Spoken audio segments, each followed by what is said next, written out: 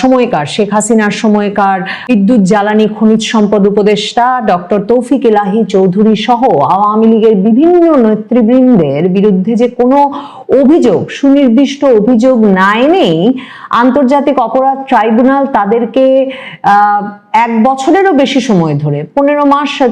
ধরে যেমন তৌফিক এলাহি চৌধুরীকে আটকে রেখেছে, এখন পর্যন্ত কোনো সুনির্দিষ্ট অভিযোগ আনতে পারেনি।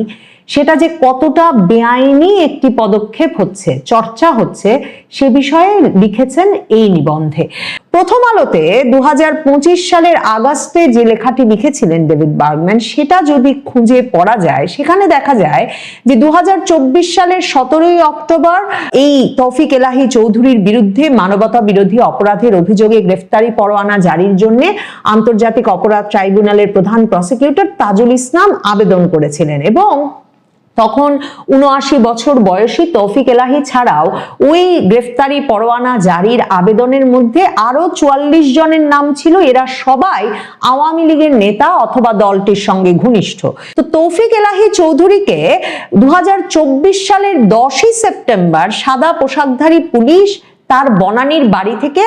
গোয়েন্দা শাখা অফিসে নিয়ে যায়, ডিবি অফিসে নিয়ে যায়। তখনও তাকে কোনো মামলা দেওয়া হয় নাই, কোনো অভিযোগ করা হয় নাই এবং পরদিন ভোরে ম্যাজিস্ট্রেট আদালতে তৌফিক এলাহি চৌধুরীকে জানানো হয় যে 19 জুলাই 2024-এর 19 জুলাই উত্তর বাড্ডায় বিক্ষোভের সময় সুমন শিকদার নামের এক ব্যক্তিকে হত্যার ঘটনায় জড়িত থাকার অভিযোগে তাকে গ্রেফতার করা হয়। মানে এখানে বলতেই হয় এই যে 79 বছর বয়সী তৌফিক এলাহি সহ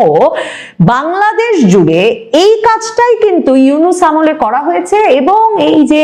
আন্তর্জাতিক অপরাধ ট্রাইব্যুনালে তাজুল ইসলামের আদালত যেমন এ কাজ করেছে, পুলিশ, বিচার ব্যবস্থা, আইন উপদেষ্টা আসিফ নজরুলের নির্দেশে এই কাজটাই সারা বাংলাদেশ জুড়ে করেছে যে বিভিন্ন হত্যা মামলায় নাকি যেই মামলার কোনোটি আসলে বিচার কাজ শুরু হলে প্রমাণ করা যাবে না, কোথায় 79 বছর বয়সী তৌফিক এলাহি ঢাকায় বসেছিলেন কিংবা বনানীতে তার বাড়িতেই ছিলেন, আর তিনি নাকি হত্যা করেছেন উত্তর বাড্ডায় বিক্ষোভের সময় সুমন শিকদার নামে এক ব্যক্তিকে। এবং এই যে শত শত ব্যক্তিকে একজন ব্যক্তির হত্যার জন্য মামলা দিয়ে দেওয়া, এগুলো কিন্তু কখনো আদালতের বিচার প্রক্রিয়ায় টিকবে না, কখনো এই বিচার, এই ফৌজদারি বিচার করে আনা সম্ভব না। কিন্তু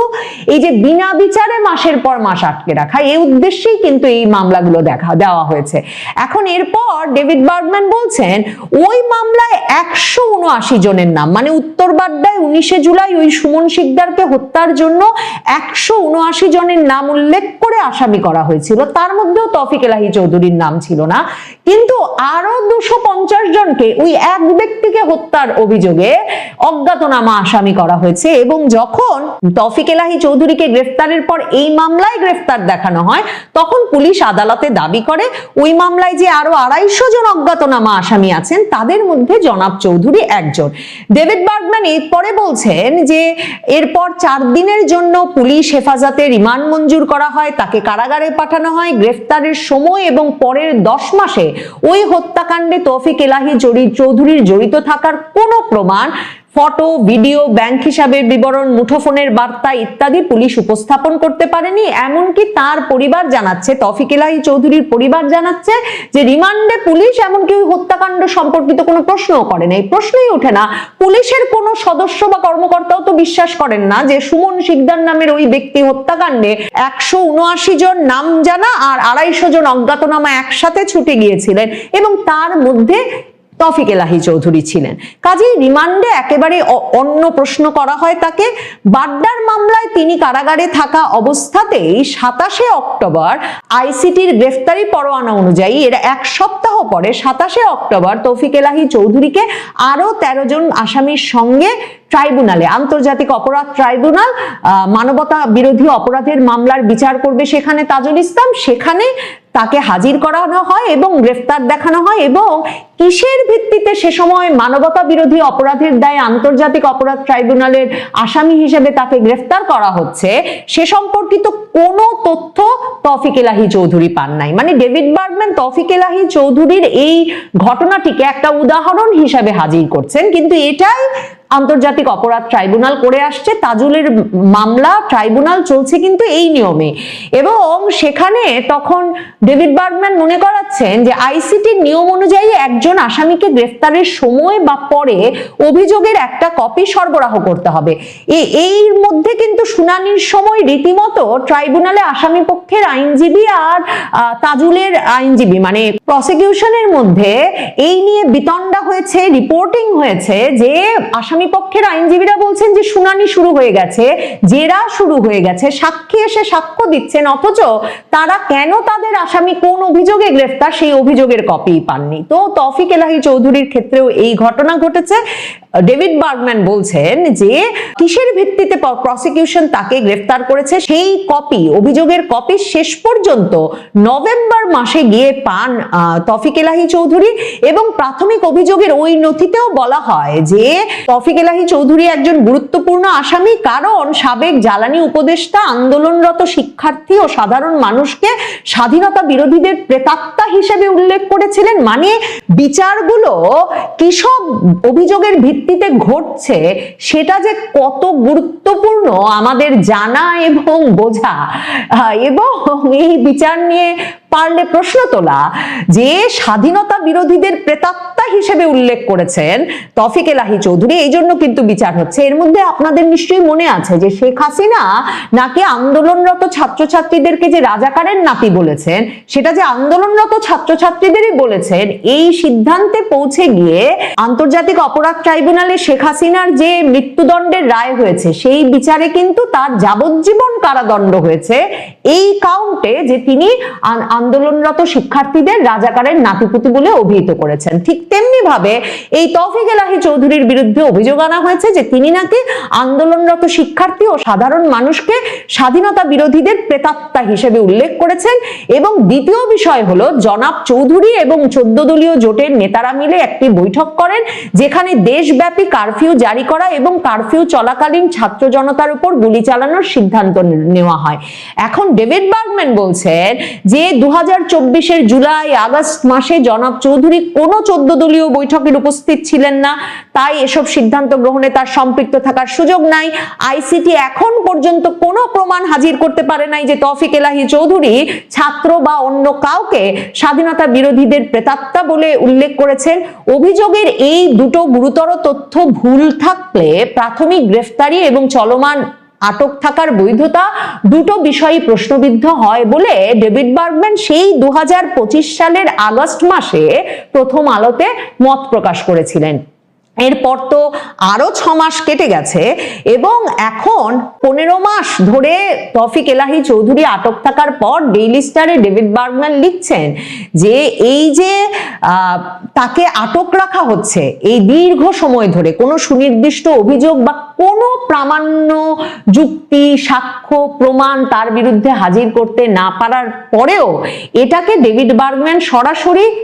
যথেচ্ছাচার আরবিট্রারি ডিটেনশন হিসেবে অভিহিত করছেন এবং বলছেন ট্রাইব্যুনালের নিজস্ব কার্যবিধির অধীনেও খুব সম্ভবত এটা অবৈধ। তিনি বলছেন যে আইসিটির আন্তর্জাতিক অপরাধ ট্রাইব্যুনালের কার্যবিধির 9-5 ধারায় বলা হয়েছে তদন্তকালীন সময়ে কোনো আসামি হেফাজতে থাকলে বিধিমালার অধীনে গ্রেফতারের 1 বছরের মধ্যে তদন্ত কর্মকর্তা তদন্ত সম্পন্ন করবেন। উপযুক্ত নির্ধারিত সময়ে তদন্ত সম্পন্ন করতে ব্যর্থ হলে ট্রাইব্যুনাল নির্ধারিত কিছু শর্ত পূরণ সাপেক্ষে আসামিকে জামিনে মুক্তি দিতে পারে। তবে ব্যতিক্রমী পরিস্থিতিতে তদন্তের মেয়াদ ও আসামিকে হেফাজতে রাখার আদেশ আরো 6 মাস পর্যন্ত বাড়াতে হতে পারে। তার মানে ডেভিড বার্গম্যান বলছেন গ্রেফতারের 1 বছরের মধ্যে তদন্ত সম্পন্ন করতে হবে। দ্বিতীয়ত সেই সময়সীমার মধ্যে তদন্ত শেষ না হলে শর্ত সাপেক্ষে আসামিকে মুক্তি দেওয়া যেতে পারে। তৃতীয়ত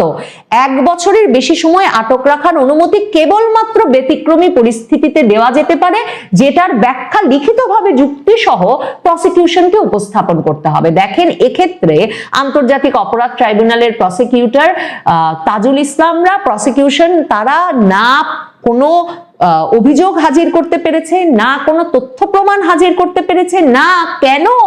15 মাস ধরে 81 বছর বয়সী ডেভিড বার্গম্যান এই লেখায় লিখছেন যে এখন তৌফিক এলাহি চৌধুরীর বয়স 81, এই 81 বছর ব্যক্তিকে কেন তারা আটকে রেখেছে এর কোনো লিখিত যুক্তি বা আবেদনও তারা আদালতের কাছে প্রকাশ করে নাই। ডেভিড বার্গম্যান বলছেন এর ফলে এই আটকাদের সম্পূর্ণ এই যে তাকে আটকে রাখা হয়েছে এটা সম্পূর্ণভাবে অবৈধ হচ্ছে। ডেভিড বার্গম্যান বলছেন, আনুষ্ঠানিক কোনো অভিযোগ গঠন ছাড়াই এই যে আটকে রাখা মাসের পর মাস ধরে, 1 বছরেরও বেশি সময় ধরে, এই বিষয়টা শুধু তৌফিক ইলাহির মধ্যেই সীমাবদ্ধ নয়। সাবেক মন্ত্রী বা সংসদ সদস্য সহ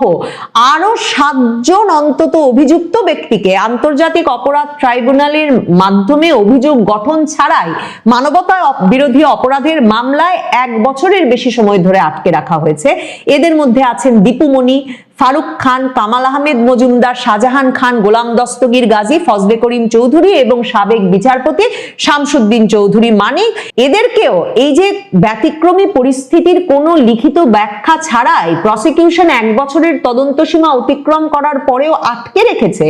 তাহলে তাদের এই আটকে রাখা ট্রাইব্যুনালের নিজস্ব আইনি কাঠামোর পরিপন্থী বলেই প্রতীয়মান হয় বলে ডেভিড বার্গম্যান লিখছেন। ডেভিড বার্গম্যান মনে করাচ্ছেন যে আইসিটি যদি এদেরকে জামিনও দেন, এদের সবার বিরুদ্ধে তো ওই যে তৌফিক ইলাহি চৌধুরীর বিরুদ্ধে যেমন বাড্ডায় সুমন শিকদারকে হত্যার মামলা আছে, এমন ভাবে সকলের বিরুদ্ধেই অসংখ্য মামলা আছে। দীপুমণি আদালতে সুযোগ পেয়ে কয়েক দফা বলেছেন যে তার বিরুদ্ধে যেসব অভিযোগ আছে তার কোনো বিস্তারিত অভিযোগপত্র যেমন তিনি বা তার আইনজীবী পাচ্ছেন না, তাকে যেমন তার আইনজীবীর সঙ্গে তার যে আইনি অধিকার, সেই অধিকার অনুযায়ী কারাগারে দেখা করতে দেওয়া হচ্ছে না, ঠিক তেমনি ভাবে তিনি বলেছেন যে তাকে এমনকি চিকিৎসা সুবিধা দিতে হাসপাতালে প্রেরণের যে অধিকার তার রয়েছে একজন কারাবন্দী হিসেবে, সেটাও দেওয়া হচ্ছে না। ডেভিড বার্গম্যান বলছেন তারা তখনই মুক্তি পাবেন যখন সবগুলো মামলায় তাদের জামিন হবে, কিন্তু আইসিটি যে বিনা অভিযোগে তাদেরকে মানবতা বিরোধী অপরাধের অভিযোগে এতদিন ধরে সাক্ষ্য প্রমাণ ছাড়া আটকে রেখেছে, আন্তর্জাতিক অপরাধ ট্রাইব্যুনালের এই অবস্থান, এই আচরণ সম্পূর্ণভাবে অবৈধ। ডেভিড বার্গম্যান বলেছেন যে তারেক রহমানের মা খালেদা জিয়ার আইনজীবী হিসেবে যিনি দায়িত্ব পালন করেছিলেন, সেই লর্ড কার্লাইল কেসি আন্তর্জাতিক অপরাধ ট্রাইব্যুনালে আটক আওয়ামী লীগের সংসদ সদস্য ফজলে করিম চৌধুরীর পরিবারকে এই দফায় আইনি সহায়তা দিচ্ছেন, এবং খালেদা জিয়ার এই সাবেক আইনজীবী লর্ড কার্লাইল কেসি ডেভিড বার্গম্যানকে বলেছেন যে বাংলাদেশের বর্তমান সরকারকে এবং আইন ব্যবস্থাকে অবশ্যই নিজেদের ঘর গুছিয়ে নিতে হবে, না হলে তারা যদি